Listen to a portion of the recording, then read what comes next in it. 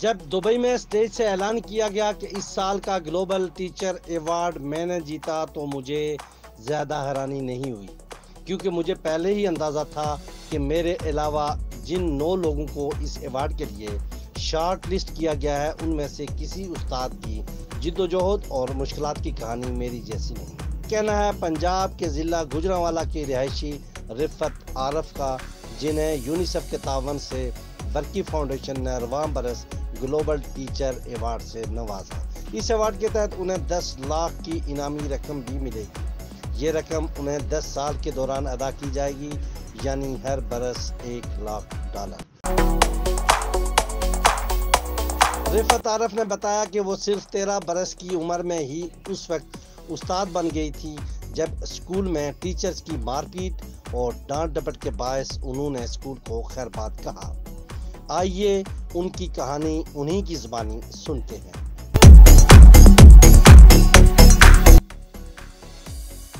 बेटी पैदा होने पर वालिदा को तशद्दुद का निशाना बनाया गया। हम 4 बहनें हैं, हमारा भाई कोई नहीं। मेरे वालिद और वालिदा के घर में 4 बेटियां होने से कोई मसला नहीं था, मगर फिर भी जब मेरी छोटी बहन पैदा हुई तो मेरे वालिदा को मेरे वालिद के ख़ानदान के लोगों ने तशद्दुद का निशाना बनाया, क्योंकि उन्हें बेटा चाहिए था। उस वक्त मेरे वालिद कराची में काम करते थे। चूँकि मेरे वालिद और वालिदा में बहुत अच्छी अंडरस्टैंडिंग थी, इसीलिए तशद्दुद की बात मेरे वालिद को बहुत ही ज़्यादा नागवार गुजरी, जिस पर उन्होंने अपना आबाई इलाका और घर छोड़ दिया और मेरी वालिदा के आबाई इलाके सरगोदा में रिहाइश अख्तियार कर ली। सरगोदा में हमारे पास बड़ा घर था, जहाँ पर ज़्यादा कमरे और सहूलतें थीं। मेरे वालिद एक अच्छे कारीगर थे और उनका ख्याल था कि कुछ ही अरसे में हमारी माशी सूरत हाल बेहतर हो जाएगी, मगर हादसात बता कर नहीं आते और अचानक मेरे वालिद इंतहाई बीमार हो गए और उन्हें काम छोड़कर घर पर बैठना पड़ा। ये मुश्किल सूरत हाल थी। हम चारों बहनें अभी छोटी थी, चनाचा मेरी वालिदा ने बाहर निकलकर मेहनत मजदूरी करना शुरू कर दी।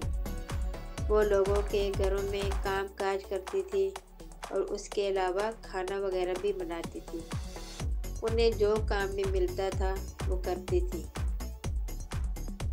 कपड़े पर सिल्क सितारा का काम और 10 रुपये अजरत। मेरे वालिद कुछ ज़्यादा पढ़े लिखे नहीं थे, मगर उन्हें अखबारात और किताबें पढ़ने का शौक़ था। वो पुरानी अखबारें घर लेकर आया करते थे। पुरानी किताबों की दुकानों पर जाकर किताबें पढ़ते और ताज़ा अखबार पढ़ने के लिए अखबार के स्टॉलों पर चले जाते थे। वालिद की यही खुसूसियात मुझ में भी मुंतकिल हुई। कुतुब बीनी की वजह से मुझे सवाल करने की आदत हो गई थी। मैं बहुत सवाल किया करती थी। सवाल करने की इसी आदत के बहस मुझे स्कूल में उस्तादों के हाथों मार पड़ती और डांट डिपट होती, जो मुझे बहुत नागवार गुजरती थी। मैं ज़्यादा अरसा ये सूरत हाल बर्दाश्त नहीं कर सकी और मैंने स्कूल छोड़ दिया। उसके बाद मैंने ख़वातीन के कपड़ों पर सिल्क सितारा का काम करना सीख लिया। स्कूल छोड़कर मैंने ये काम बाकायदा तौर पर शुरू कर दिया और मुझे एक सूट पर सिल्क सितारा का काम करने पर 10 रुपये अजरत मिलती थी। मगर इसके साथ साथ मैं अपनी पढ़ाई भी कर रही थी। पढ़ाने का अपना शौक़ पूरा करने के लिए मैंने घर के सहन में बच्चों को पढ़ाना भी शुरू कर दिया। शुरू में 3-4 बच्चे आते थे, जिन्हें निसाबी कुतुब पढ़ाने के लिए मुझे खुद पढ़ना पड़ता था।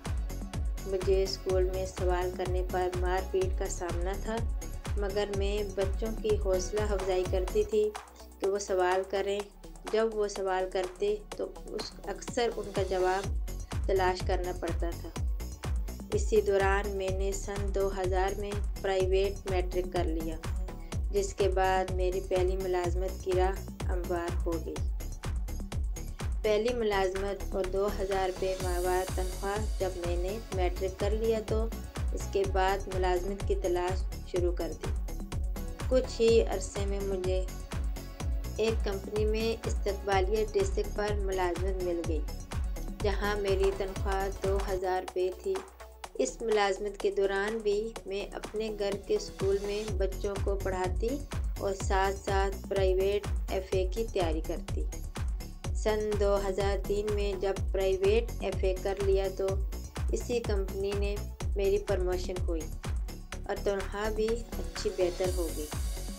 अब मैं बीए की तैयारी कर रही थी, मगर इसके साथ साथ मेरे घर के सहन में कायम स्कूल में बच्चों की तादाद भी बढ़ रही थी, जिसके बायस इलाके में मुझे कुछ तवज्जो भी मिल रही थी। घर के हालात वैसे ही थे, क्योंकि पढ़ना पढ़ाना तो मेरा शौक़ था। मुझे जो तनख्वाह मिलती इसमें कुछ सहन वाले स्कूल में पढ़ने वाले बच्चों की ज़रूरियात पर खर्च हो जाते और कुछ मेरे अपने अखराजात की मद में। वक्त के साथ मैंने बीए भी कर लिया और फिर बेहतर मुलाजमत की तलाश में सरगर्दा हो गई। बीए के बाद मुझे इब्तदाई तौर पर फिर कामयाबी मिली और पीटीसीएल में ग्रेड 17 की मुलाजमत मिल गई। अब मेरे घर के सहन वाले स्कूल में 120 बच्चे हो गए थे और गर्मी और सर्दी में हमें इंतहाई मुश्किलात का सामना करना पड़ता था। मैं बच्चों को पढ़ाने और तालीम देने के हवाले से सोशल मीडिया पर शेयर करती थी और इसी दौरान ऑस्ट्रेलिया में मेरी एक दोस्त ने मेरे स्कूल के लिए $50 भेजे। उस वक्त स्कूल के लिए सबसे बड़ी ज़रूरियात सैन को साहिबान फराहम करना था, ताकि गर्मी, सर्दी और बारिश से कुछ बचाव मुमकिन हो सके। दोस्त की जानिब से दिए गए $50 से मैंने सैन को ढांपने के लिए तरपाल खरीदी, मगर ये तरपाल भी ज़्यादा अरसा न चल सकी। हुआ ये कि एक रोज़ जोर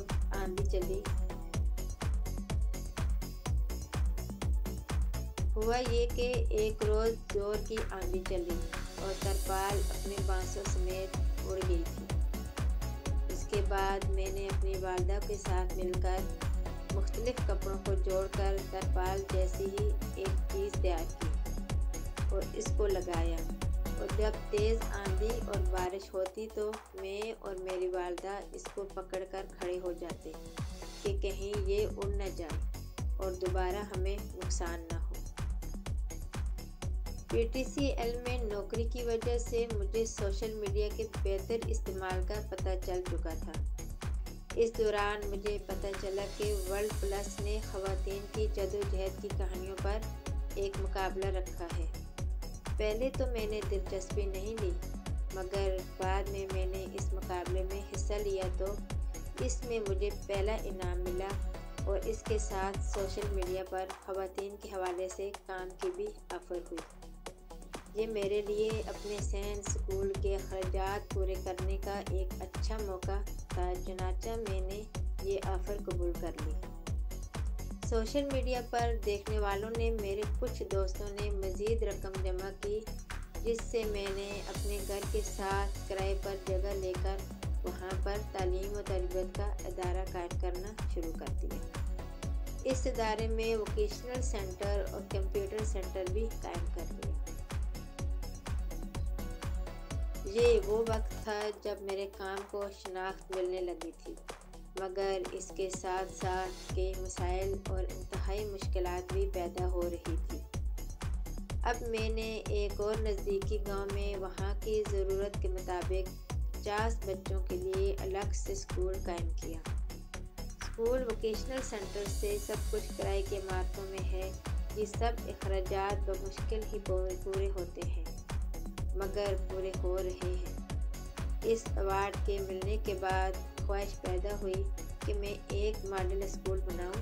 अगर मुझे वज़ीर आज़म और वज़ीर आला ने मुलाकात का मौका दिया तो मैं उनसे गुजारिश करूंगी कि मुझे स्कूल की तामीर के लिए ज़मीन अलाट कर दें और मुझे जो इनामी रकम मिली है इसका बड़ा हिस्सा मैं स्कूल की तामीर पर खर्च करूंगी।